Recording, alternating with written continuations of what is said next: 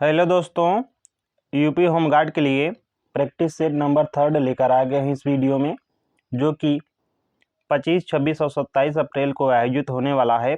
उसके लिए बहुत ज़्यादा हेल्पफुल करेगा। तो यदि आप लोग जो है यूपी होमगार्ड का फॉर्म भरे हैं तो यह वीडियो आप लोगों को बहुत ज़्यादा हेल्पफुल करेगा। यदि आप लोग जो है वीडियो को शुरू से अंत तक देख लेते हैं तो बहुत जो है आप लोगों के एग्जाम में हेल्पफुल करेगा। तो आप लोगों को एक बार बता देते हैं कि देखिए, अच्छा है, अप्रॉक्सीमेट 50 डेज यानी 50 दिन जो है बाकी है। तो यदि आप लोग जो है प्रैक्टिस सेट करना चाहते हैं, बहुत अच्छे लेवल से प्रश्न जो है डिजाइन किया गया है, तो इस सीरीज को फॉलो कर लीजिए। यही जो है प्रैक्टिस सेट नंबर 3 है। इसके जो है ऑलरेडी 2 अपलोड कर दिए हैं यूट्यूब पे, आप लोग देख सकते हैं। तो चलिए हम लोग स्टार्ट कर लेते हैं। फर्स्ट क्वेश्चन क्या कह रहा है, 1867 ईस्वी में जो है मुंबई में प्रार्थना समाज की स्थापना किसने की थी? राजा राम मोहन राय ने, स्वामी दयानंद सरस्वती ने, आत्माराम पांडुरंग ने या ज्योतिबा फूले ने? तो यह किया था आत्माराम पांडुरंग ने।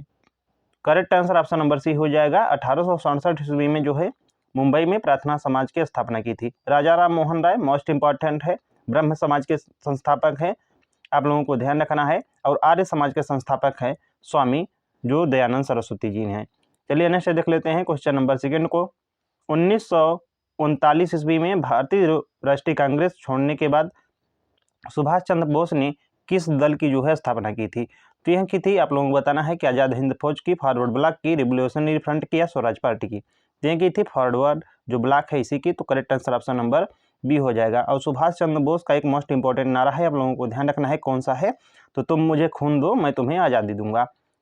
भारत की संविधान सभा के जो पूछा है कि अस्थायी अध्यक्ष के रूप में किसे चुना गया था? इसमें अस्थायी पूछा है यानी जो है परमानेंट पूछा है, तो इसलिए करेक्ट आंसर हो जाएगा डॉक्टर राजेंद्र प्रसाद जी। इन्हीं को जो है भारतीय संविधान का जो है अस्थायी अध्यक्ष जो है चुना गया था। इनसे पहले जो है अस्थायी रूप में जो है सच्चिदानंद जो सिन्हा जी हैं, इन्हें जो है चुना गया था भारतीय संविधान का अध्यक्ष। नेक्स्ट है, भारतीय संविधान का कौन सा जो है अनुच्छेद अस्पृश्यता का उन्मूलन, एबोल्यूशन ऑफ अनटचेबिलिटी सुनिश्चित करता है? मोस्ट इंपॉर्टेंट जो आर्टिकल है, आप लोगों को इसे जरूर याद रखना है, आने की बहुत ज़्यादा संभावना है। तो यह है आर्टिकल नंबर 17 यानी आर्टिकल नंबर जो 17 है, अनुच्छेद नंबर 17। संविधान के किस अनुच्छेद के तहत प्राण एवं दैहिक स्वतंत्रता, राइट टू लाइफ का जो है संरक्षण प्रदान किया गया है? तो यह किया गया है आर्टिकल नंबर 21 में। तो 21 देखिए यहाँ पे 21 होगा, तो आप लोग इसे तो जो है बना लीजिएगा, ऑप्शन नंबर जो है बी हो जाएगा, यानी 21 जो है राइट हो जाएगा। आर्टिकल नंबर 21 में जो है प्राण एवं दैहिक जो स्वतंत्रता है इसका जो उल्लेख किया गया है, मोस्ट इंपॉर्टेंट यह भी है। नेक्स्ट है, भारतीय संविधान के संशोधन करने की जो प्रक्रिया है, अमेंडमेंट ऑफ प्रोसीजर, यह किस अनुच्छेद में वर्णित है? तो यह जो अनुच्छेद है आर्टिकल नंबर 368 में, यानी अनुच्छेद जो 368 है इसी में वर्णित है। तो राइट आंसर हो जाएगा ऑप्शन नंबर सी। यह कहाँ से लिया गया है? मोस्ट इंपॉर्टेंट, तो साउथ अफ्रीका से लिया गया है, कह सकते हैं जो दक्षिण अफ्रीका है यहीं से जो है लिया गया है जो है संविधान संशोधन करने की प्रक्रिया। Article number 17 article number 370 most important था, जिसे जो है जम्मू कश्मीर से रिलेटेड था, आप लोगों को ध्यान रखना है। राष्ट्रपति द्वारा राज्यसभा में कितने सदस्यों को जो है मनोनीत किया जाता है? तो यह मनोनीत किया जाता है 12 यानी 12। नेक्स्ट है, पंचायतों के गठन और शक्ति से संबंधित प्रावधान संविधान के किस भाग यानी अनुच्छेद में दिए गए हैं? तो भाग जो पूछा है तो भाग हो जाएगा, आप लोगों को ध्यान रखना है 14 में, और अनुच्छेद जो पूछा है तो अनुच्छेद हो जाएगा 40 कह सकते हैं। तो correct answer option number A हो जाएगा। अनुच्छेद 40 और भाग 14 में जो है आप लोगों को ध्यान रखना है पंचायती राज्य जो है पंचायतों के गठन से रिलेटेड है और उनकी शक्तियों से। वायुमंडल की सबसे निचली परत जो है क्षोभमंडल, इसकी मोटाई सबसे अधिक कहाँ पर होती है, आप लोगों को बताना है। तो सबसे पहले ध्यान रखना है कि वायुमंडल की जो सबसे निचली परत होती है कौन सी होती है? ट्रोपोस्फेयर होती है। आप लोगों को ध्यान रखना है इसकी जो है सबसे मोटाई कहाँ पर होती है अधिक? तो होती है इक्वेटर पर, यानी भूमध्य रेखा पर। तो करेक्ट आंसर भी हो जाएगा। विश्व का सबसे ऊंचा जलप्रपात पूछा है, आप लोगों को बताना है कि कौन सा है। देखिए, माफ कीजिएगा, इसमें दे दिया है, इसमें पूछा है कि देश कौन सा है। देखिए, विश्व का सबसे ऊंचा जो जलप्रपात है यह है माफ कीजिएगा एंजलस फॉल्स, यानी आप लोगों को ध्यान रखना है एंजल फॉल है।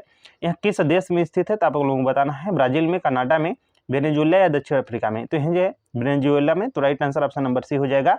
और भारत का पूछता तो कुंचिकल हो जाता, भारत का पूछता तो कुंचिकल हो जाता, इसलिए विश्व का पूछा इसलिए वेनेजुएला हो जाएगा एंजल फॉल। इनमें से कौन सी फसल की खेती के लिए जो है जल जमाव यानी वाटर लॉगिंग की आवश्यकता होती है। गेहूं की, मक्का, धान या सरसों कितने होते हैं। मोस्ट इंपॉर्टेंट है यह भी, चावल यानी धान की खेती के लिए जो है सर्वाधिक कह सकते हैं कि इनमें से जो है वाटर की आवश्यकता पड़ती है। यह जो है जो धान का कह सकते हैं जो फसल है, यह खरीफ की फसल है, आप लोगों को ध्यान रखना, जो बारिश के समय बोई जाती है, इसमें बहुत ज़्यादा जो है पानी की आवश्यकता होती है। गेहूँ कौन सी फसल है, यहाँ जो है रबी की फसल है। उसके बाद चलिए नेक्स्ट देख लेते हैं हम लोग, भारत के किस शहर को जो है पूर्व का स्कॉटलैंड कहा जाता है। मोस्ट इंपॉर्टेंट यह भी है, स्कॉटलैंड पूछा है, पूर्व का स्कॉटलैंड, तो यह कहा जाता है शिलांग को। भारत के जो है जो शिलांग है किसकी राजधानी है, तो आप लोगों को ध्यान रखना है जो है मेघालय की राजधानी है। यह जो है पूर्व का स्कॉटलैंड भी कहलाता है।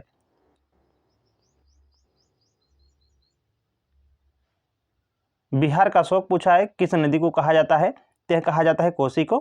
कोसी को जो है बिहार का शोक कहा जाता है। चलिए नेक्स्ट देख लेते। नेक्स्ट कौन सा क्वेश्चन, क्वेश्चन नंबर 14। 2011 के जनगणना के अनुसार भारत के किस राज्य का जनसंख्या घनत्व सबसे कम है। सबसे कम पूछा है तो इसलिए अरुणाचल प्रदेश हो जाएगा। आप लोगों को ध्यान रखना है, अरुणाचल प्रदेश में जो है जनसंख्या जो है सर्वाधिक, मतलब जनसंख्या घनत्व जो है सबसे कम है। और जबकि जनसंख्या सबसे कम भारत का कौन सा स्टेट में है, तो सिक्किम में है। यहाँ पे जनसंख्या घनत्व जो पूछा है, और ओवरऑल यदि पूछ लेता है कि जनसंख्या किस स्टेट में सबसे कम है, तो यह हो जाता है सिक्किम। उत्तर प्रदेश का जो फिरोजाबाद शहर है, ये किस उद्योग के लिए जो है विश्व प्रसिद्ध है। तो जो फिरोजाबाद है, यहाँ जो है कह सकते हैं किसके लिए प्रसिद्ध है, तो कांच की चूड़ियों के लिए, यानी right answer option number B हो जाएगा। इसलिए जो है क्योंकि यहाँ पे कह सकते हैं बहुत ज़्यादा चूड़ियाँ मतलब कि बनाई जाती है, कांच की चूड़ियाँ, इसलिए जो फिरोजाबाद है इसे जो है सुहाग नगरी भी कहा जाता है। सुहाग नगरी आप लोगों को ध्यान रखना है। चलिए नेक्स्ट देख लेते हैं, ब्रह्मांड में पाया जाने वाला सबसे प्रचुर मात्रा में तत्व कौन सा है। देखिए यहाँ पे ब्रह्मांड पूछा है, आप लोगों को जरूर क्वेश्चन को थोड़ा सा आराम से पढ़ना है। तो ब्रह्मांड में सबसे अधिक पाया जाता है hydrogen, right answer option number D हो जाएगा। जबकि एटमॉस्फेयर में जो है नाइट्रोजन पाया जाता है, उसके बाद जो है ऑक्सीजन कह सकते हैं आप लोग। वहाँ एकमात्र अधातु यानी नॉन मेटल कौन सा है जो बिजली का क्या है, सुचालक है, यानी कंडक्ट्स इलेक्ट्रिसिटी है। इसके द्वारा जो है इलेक्ट्रिसिटी का क्या हो सकता है, फ्लो हो सकता है। तो यह है ग्रेफाइट। जो ग्रेफाइट है यह जो है हीरा का है, एक अपरूपक है, आप लोगों को ध्यान रखना है। चलिए नेक्स्ट देख लेते हैं क्वेश्चन नंबर 18 को, क्षेत्रफल की दृष्टि से भारत का सबसे छोटा केंद्र शासित प्रदेश कौन सा है। तो यह है लक्षद्वीप। लक्षद्वीप यहाँ पे लक्ष्य है, तो इन्होंने जो आप लोग ध्यान रखना है, लक्ष्य अपना प्राप्त कर लिया है, यानी सबसे छोटा है। आप लोगों को ध्यान रखना है कि केंद्र शासित प्रदेश में, तो correct answer option number C हो जाएगा। लोहे पर जंग लगने के लिए 2 कारकों की उपस्थिति अनिवार्य है, आप लोगों को बताना है कि वो कौन से हैं। केवल ऑक्सीजन के, एक नाइट्रोजन या ऑक्सीजन, और जो नमी है यानी जल या कार्बन डाइऑक्साइड और धूप। तो यह है लोहे पर जंग जो लगना है, रस्ट कहलाता है। यह ऑक्सीजन और नमी पर डिपेंड करता है। Correct answer option number C हो जाएगा, यानी जल पर भी और ऑक्सीजन पर भी। सिल्वर जो रिवोल्यूशन है, इसका संबंध किसके उत्पादन से है। तो सिल्वर जो रिवोल्यूशन है, इसका संबंध अंडा और पोल्ट्री जो उत्पादन है कह सकते हैं इससे है। तो राइट आंसर हो जाएगा ऑप्शन नंबर सी, न कि चांदी खनन से। थोड़ा सा आप लोगों को ध्यान रखना है, ठीक। चलिए नेक्स्ट देख लेते हैं क्वेश्चन नंबर 21। इमारतों की बिजली यानी लाइटिंग से बचाने के लिए उन पर तड़ित चालक जो है लगाए जाते हैं। ये आमतौर पर किस धातु के जो है बने होते हैं, तो ये बने होते हैं कॉपर यानी तांबा के। भूजल में नाइट्रेट प्रदूषण के कारण शिशुओं में कौन सा रोग हो जाता है, आप लोगों को बताना है कि कौन सा रोग जो है कह सकते हैं नाइट्रेट की अधिकता के कारण जो हो जाता है किसमें, तो शिशुओं में। तो यह हो जाता है blue baby syndrome. Right answer option number B हो जाएगा। सेल्सियस और फ़ारेनहाइट जो स्केल है, किस तापमान पर एक समान यानी इक्वल होते हैं। 0 डिग्री, 100 या -14 डिग्री या 40 डिग्री, तो होते हैं -40 डिग्री पर। तो right answer option number C हो जाएगा। वाहनों के रियर व्यू मिरर, पीछे देखने वाले जो दर्पण है, इसके मतलब कि जो पीछे देखने वाला दर्पण होता है किस रूप, मतलब कि माफ कीजिएगा, वाहनों के रियर व्यू मिरर के रूप में किसका उपयोग किया जाता है। जो पीछे देखने वाला जो दर्पण होता है, आप लोगों को ध्यान रखना है, तो यह होता है कॉन्वेक्स यानी उत्तल दर्पण का। आप लोग देखे होंगे कि जो वाहन होते हैं इन्हीं के जो है पीछे मतलब कि लगा होता है, ताकि ड्राइवर जो है पीछे वाले जो किस प्रकार की गाड़ी है मतलब कि आ रही है कि जा रही है, उसी को देखने के लिए जो है लगाया जाता है कन्वेक्स जो मिरर है उत्तल दर्पण का। आप लोग ध्यान रखना है। इससे क्या होता है कि जो वस्तु बनता है या छोटा बनता है और आभासी के साथ साथ जो है सीधा बनता है। आप लोगों को ध्यान रखना है इतना। चलिए नेक्स्ट देख लेते हैं 25। जल की कठोरता हार्डनेस ऑफ वाटर दूर करने के लिए एक प्रमुख विधि कौन सी है? देखिए इसमें पूछा नहीं है, तो correct answer option number B हो जाएगा। कौन सा इस जो है प्रमुख विधि है? तो उबालना। उबालना से आप लोगों को ध्यान रखना है कि यह केवल अस्थायी जो हार्डनेस है यही दूर होती है, अस्थायी हार्डनेस नहीं दूर होती है। इतना मोस्ट इंपॉर्टेंट है, लेकिन प्रमुख विधि है क्योंकि यह कह सकते हैं सरल है इसलिए। चलिए नेक्स्ट देख लेते हैं क्वेश्चन नंबर 26 को। मकड़ियों के अध्ययन को वैज्ञानिक रूप से क्या कहा जाता है? तो यह कहा जाता है arachnology. Right answer option number B हो जाएगा। मानव मस्तिष्क का कौन सा भाग जो है उल्टी यानी वोमिटिंग और छींकने जैसी प्रक्रियाओं को क्या करता है? तो नियंत्रित करता है। तो यह करता है medulla oblongata. Right answer option number D हो जाएगा। इसी के द्वारा जो है मानव मस्तिष्क का यह भाग होता है, वोमिटिंग और छींकने जैसी जो प्रक्रियाएं होती हैं यह कंट्रोल की जाती हैं। भारत में वाटरमैन ऑफ इंडिया किसे कहा जाता है? तो यह कहा जाता है राजेंद्र सिंह को।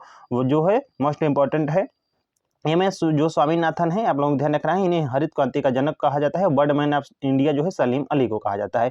कंप्यूटर के संदर्भ में एक वायरस क्या है? तो जो कंप्यूटर के संदर्भ में एक वायरस होता है कह सकते हैं दोषपूर्ण क्या होता है? सॉफ्टवेयर प्रोग्राम ही होता है। तो correct answer option number B हो जाएगा। जो है यहाँ कह सकते हैं कि जो है हानि पहुंचाता है कंप्यूटर को या यूजर को जो उसमें डाटा होता है, इसलिए इसे क्या है? द्वेषपूर्ण सॉफ्टवेयर प्रोग्राम होता है। चलिए नेक्स्ट देख लेते हैं, वह कौन सी एकमात्र धातु है जो बिजली का सुचालक है? तो यह है वही हम लोग इसे देख लेते हैं तो ग्रेफाइट ही है। चलिए नेक्स्ट देख लेते हैं, उस बेरोजगारी को क्या कहते हैं जहां लोग अपनी क्षमता से क्या है कम योगदान देते हैं या जरूरत से ज्यादा लोग एक ही काम में लगे होते हैं? आप लोगों को बताना है कि कौन सी बेरोजगारी है। चक्रीय बेरोजगारी है, प्रच्छन्न बेरोजगारी, घर्षण बेरोजगारी या मौसमी बेरोजगारी? तो यह है प्रच्छन्न बेरोजगारी। Right answer option number B हो जाएगा। भारत का सबसे पुराना क्रेडिट इंफॉर्मेशन ब्यूरो कौन सा है? तो यह आप लोगों को ध्यान रखना है, पूछा है सबसे पुराना क्रेडिट इंफॉर्मेशन ब्यूरो, ध्यान रखना है आप लोगों को। तो यह हो जाएगा CIBIL। राइट आंसर डी हो जाएगा। शेयर बाजार में जो बुल और बियर शब्द होते हैं किसके लिए इस्तेमाल के होते हैं? तो यह होते हैं बाजार में जो उतार और चढ़ाव होता है उसी को देखने के लिए, उसी को रुझान करने के लिए। तो बुल का मतलब होता है उतार, और मतलब माफ कीजिएगा यहाँ पर उल्टा हो गया है। देखिए जो बुल होता है यह होता है मतलब कि चढ़ रहा है, शेयर मार्केट में कितना जा रहा है, जबकि बियर जो होता है मतलब कि उतारने से रिलेटेड है, ना कि उतार चढ़। यहाँ पे चढ़ाव उतार होना चाहिए था, उल्टा लिख दिया है। तो correct answer option number B ही हो जाएगा, क्योंकि इसमें आप लोगों को थोड़ा सा यहाँ पे चढ़ाव हो जाएगा, यहाँ पे उतार, क्योंकि यहाँ बुल पहले दिया है बियर। नेक्स्ट है, नील आर्मस्ट्रांग ने किस वर्ष अपोलो 11 मिशन के जरिए जो है पहली बार चंद्रमा पर कदम रखा था? तो यह रखा था 1969 में। यह किसका मिशन था? तो अमेरिका का मिशन था। कंप्यूटर की प्रसिद्ध लैंग्वेज है कौन सी? सी प्रोग्रामिंग। यह जो है सी कौन सी लैंग्वेज है? तो प्रोग्रामिंग लैंग्वेज है। इसके जनक पूछा है कौन से हैं? तो यह डेनियस रिची। अंतर्राष्ट्रीय महिला दिवस कब मनाया जाता है? तो यह मनाया जाता है 8 मार्च को। Right answer option number A हो जाएगा। अल्बर्ट आइंस्टीन को 1921 में नोबेल पुरस्कार किस खोज के लिए मिला था? तो यह मिला था प्रकाश विद्युत प्रभाव के लिए।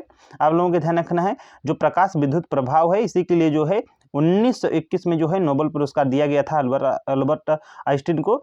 बहुत सारे सापेक्षता का सिद्धांत लगा देते हैं, यह मोस्ट इंपॉर्टेंट नियम है, लेकिन इसमें जो है इनको जो है नोबेल पुरस्कार नहीं दिया गया था। लेकिन किस खोज के लिए दिया गया? तो प्रकाश विद्युत प्रभाव के लिए दिया गया था।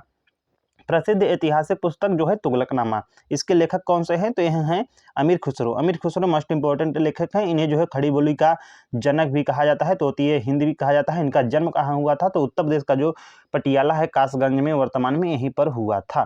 नेक्स्ट है, 1761 ईस्वी में पानीपत के तीसरे युद्ध में मराठों की हार का जो मुख्य कारण था यह क्या था? तो यह था रसद यानी भोजन और सप्लाई की कमी और अफगान सेना का बेहतरीन नेतृत्व। तो राइट आंसर बी हो जाएगा। राष्ट्रीय मानवाधिकार आयोग NHRC का मुख्यालय कहाँ पर है? तो यह है नई दिल्ली में।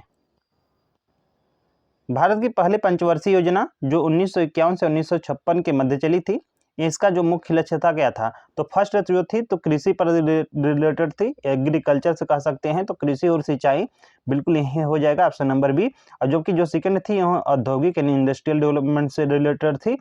चलिए इन्हें देख लेते हैं। प्रसिद्ध नारा मोस्ट इंपॉर्टेंट है जो गरीबी हटाओ का, यह किस पंचवर्षीय योजना जो थी इसी के दौरान दिया गया था। तो यह दिया गया था पहली, तीसरी, पांचवी या सातवीं, तो यह दिया गया था पांचवी पंचवर्षीय योजना में। किसने दिया था? तो इंदिरा गांधी ने दिया था। नरेगा अधिनियम किस वर्ष जो है पारित किया गया, जिसे अब मनरेगा कर दिया गया है? तो यह किया गया था 2005 में।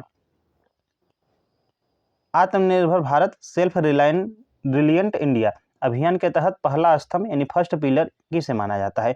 बुनियादी ढांचा को, प्रौद्योगिकी को, जनसंख्यिकी को या अर्थव्यवस्था को? तो यह माना जाता है अर्थव्यवस्था को है, यानी इकोनॉमी को। गन्ने शुगर केन की खेती के लिए कौन सी विधि अपनाई जाती है जो क्लोनल प्रोपेगेशन का उदाहरण है? तो यह तन काटना यानी सीड्स कटिंग। तो right answer option number B हो जाएगा। छायावाद युग के प्रवर्तक और प्रमुख स्तंभ के रूप में किसे माना जाता है? तो यह माना जाता है जयशंकर प्रसाद जी को। आधुनिक जो आगरा शहर है इसकी नींव 1504 ईस्वी में किस सुल्तान ने रखी थी? तो यह रखी थी सिकंदर लोदी ने।